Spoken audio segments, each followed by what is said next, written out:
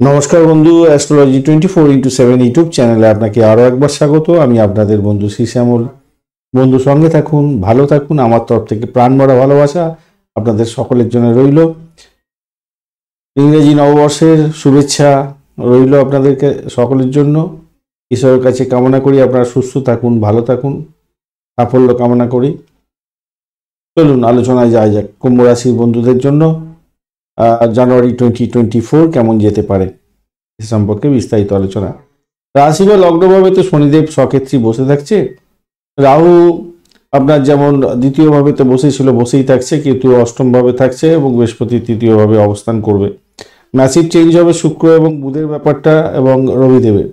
শুক্রদেব এবং বুধদেব আপনার যথাক্রমে আপনার 17 তারিখ আপনার একাদশ ভাবে গমন করে যাবে এবং শুক্রদেব 18 তারিখে আর রবিদেব 15 তারিখে দ্বাদশ ভাবে গমন করবে। তো এইটার দিকে যদি দেখা যায় তাহলে দেখা যাচ্ছে যে এই মাসটা আপনাদের কুম্ভ রাশির বন্ধুদের মিশ্র ফল পাওয়ার একটা সম্ভাবনা থাকছে। শনিদেব আপনার রাশিভাব লগ্নভাবে বসে থেকে তৃতীয় সপ্তম ভাব এবং আপনার দশম ভাবকে দেখবে। আর দশম ভাবে বসে থাকবে কারা? শুক্রদেব নবম চতুর্থপতি এবং অষ্টম এবং পঞ্চমপতি বসে থাকবে দশম ভাবেতে। তো এই কারণের জন্য আপনার একটা চাপা উদ্বেগ চাকরি সংক্রান্ত ব্যাপারে আপনার থাকার কথা, প্রেম সংক্রান্ত ব্যাপারে এবং পারিবারিক ক্ষেত্র নিয়ে একটুখানি অসন্তোষের বাতাবরণ সৃষ্টি হওয়া এইগুলো থাকবে হয়তো। তার জন্য আপনার মানসিক চাপ, উদ্বেগ, পিঠে ব্যথা, হজমের সমস্যা এগুলো হওয়ার সম্ভাবনা থাকবে। আর ঘটনাক্রমে দ্বাদশ ভাবের অধিপতি শনিদেবও তো আপনার রাশি বা লগ্নভাবে বসে থাকবে। আর তৃতীয় ভাব থেকে আপনার গিয়ে একাদশ ভাবকে বৃহস্পতি দেখতে থাকবে, সপ্তম ভাব একাদশ ভাবকে দেখতে থাকবে।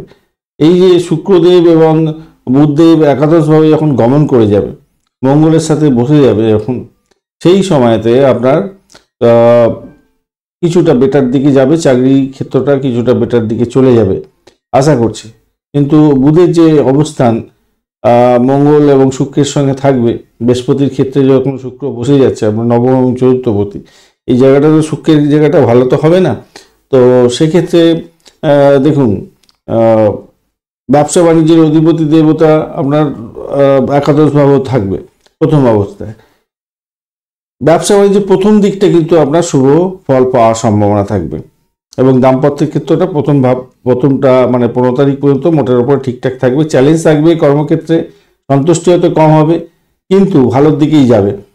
15 তারিখের পরে কিন্তু সতর্ক বেশি হয়ে যাবেন। যা কিছু শুভ উদ্যোগ, শুভ কাজকর্ম সবকিছুই 15 তারিখের মধ্যে করবার চেষ্টা করুন ব্যবসা বাণিজ্যের ক্ষেত্রে। আর চাকরির জায়গাটার ক্ষেত্রে আমি আবারও বলে দিই, সেটা আপনার একটু টেনশন, একটু চাপের মধ্যে দিয়ে হয়তো যেতে হতে পারে। কর্মজীবনের ক্ষেত্রে চ্যালেঞ্জ থাকবে, সন্তুষ্টি কম হতে পারে, হওয়ার সম্ভাবনাটা থাকছে। আর বুধ অষ্টম ভাবের অধিপতি, পঞ্চম ভাবের অধিপতি একাদশে থাকলে ফাটকায় কিছু প্রাপ্তি দিয়ে দেয় অনেক সময়।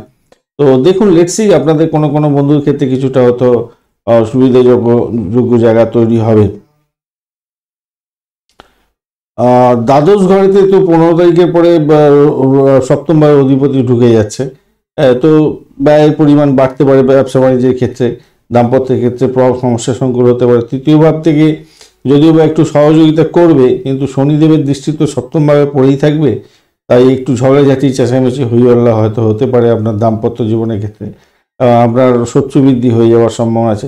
বিশেষ করে আপনাদের ব্যবসা সংক্রান্ত কোনো মামলা মোকদ্দমা থাকলে কিন্তু খরচ খরচা বাড়িয়ে দিতে পারে, মাথায় রাখবেন, খেয়াল রাখতে হবে এই জায়গাটা। আর প্রেমের জায়গাটার ক্ষেত্রে আবারও বলে দিই, প্রেমের জায়গাটার ক্ষেত্রে একটু চাপের মধ্যে দিয়ে সাফল্য হবে, খারাপ হবে না খুব একটা বেশি, একটু সাফল্য দিকে যাবে হয়তো। শিক্ষার্থী বন্ধু ভালোর দিকে যাবে, নিশ্চিতভাবে শুভ ফল পেতে যাচ্ছেন। সেকেন্ড হাফটা আপনাদের ক্ষেত্রে ভালো হবে। ফার্স্ট হাফটা একটু চাপের মধ্যে থাকলেও সেকেন্ড হাফটা আপনাদের ক্ষেত্রে, শিক্ষার্থী বন্ধুদের ক্ষেত্রে ভালো হবে এবং সন্তান সুখের জায়গাটাও আপনার সেকেন্ড হাফটা বিশেষভাবে ভালো হতে যাচ্ছে।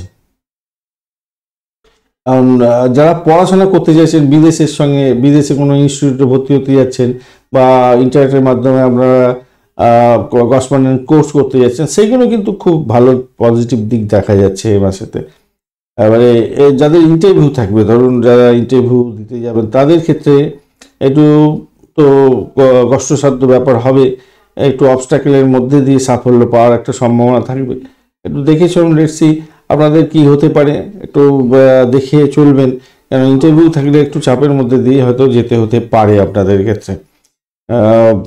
সেই জায়গাটা খুব একটা প্রমিসিং দেখতে পাচ্ছি না, একটু কঠিন পরিশ্রমের মধ্যে দিয়ে আপনাকে সাকসেস পেতে হবে আর কি।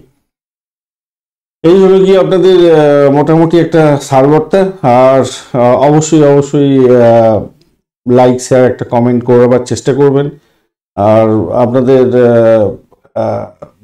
বলবো যে শরীর স্বাস্থ্যের জন্য অবশ্যই অবশ্যই হনুমান চালিসা পাঠ করবেন এবং আপনারা মহামৃত্যুঞ্জয় মন্ত্র পাঠ করবেন, তাতে আপনাদের ভালো হবে। সাংসারিক অসুবিধা থেকে দূর হওয়ার জন্য অবশ্যই হনুমান চালিসার দরকার আছে। মামলা মোকদ্দমা থাকলে একটু হনুমান চালিসা পাঠ করুন, ভালো ফল পাবেন। আর অবশ্যই বুদ্ধদেবকে স্মরণ করতে হবে, বুদ্ধদেবকে একটু সন্তুষ্ট রাখতে হবে। আপনারা